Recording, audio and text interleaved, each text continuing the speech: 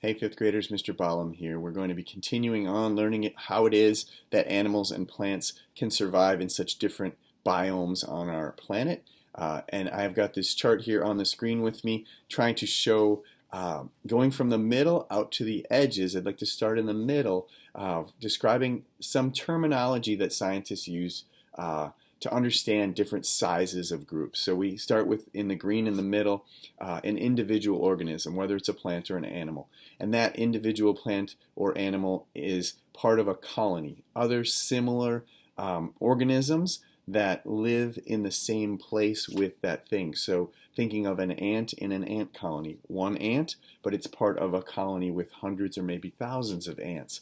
As I move out, the next level out in expanding that world is out to the population, again, of similar organisms. So the ants living in a colony in my sidewalk out in front of my house, I might have 4 or 5 different colonies spread out in different parts of my yard. And so that would be the population of ants in my yard. So it's not just the one colony anymore. As I get into that sort of yellowish color here, I'm talking about a population.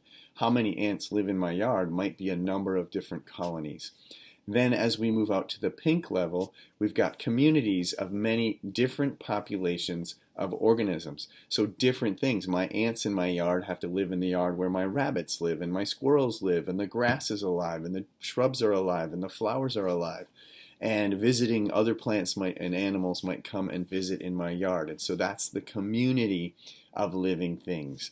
Then I'm out to all of those things in my yard have to deal with that green layer that we've learned a lot about, the abiotic things like light, the soil, the temperature, the amount of wind or rain, how much fresh water. If we're talking about other parts of the world, is it salt water? Is it fresh water? Is it the top of a mountain? Is it the bottom of a valley? All of these things impact the what things and what conditions each living thing has to adapt to. And so we get out to that white layer and it says many communities in an area are what make up what we refer to as scientists an ecosystem. So an ecosystem includes all the things that live in that area. That's what is an ecosystem. So, and then the biome is even beyond that. So if I say in the ecosystem of the ponds in Minnesota, I'm talking about those that have the Minnesota abiotic conditions. So the conditions in Minnesota with 4 seasons, a hot summer, a cold winter, we've got rain and snow and all of those things. As opposed to a pond that might be located in a rainforest. There might be a pond that never has the 4 seasons. It's always warm, it's always wet, it never snows. Those would be different conditions, but they're part of the same kind of biome in that it's a pond. Pond life would live in those places.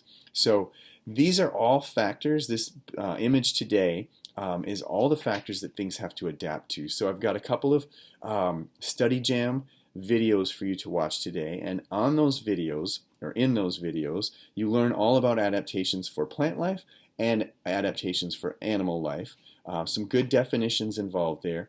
For each of the videos, there's a test. You can test yourself on what you learned in the video, and that is your review part today. I'd like you to do both of those online tests.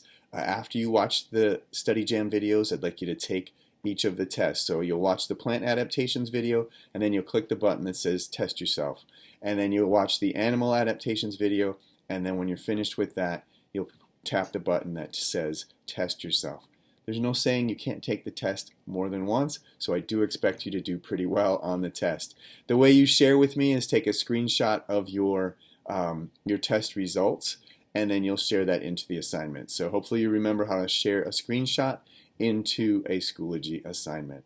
Hopefully you've enjoyed learning these things this week, and as we move forward with our next few lessons, you're going to get a chance to choose an animal or a plant if you want to, and research what adaptations it has made in order to survive in its chosen environment.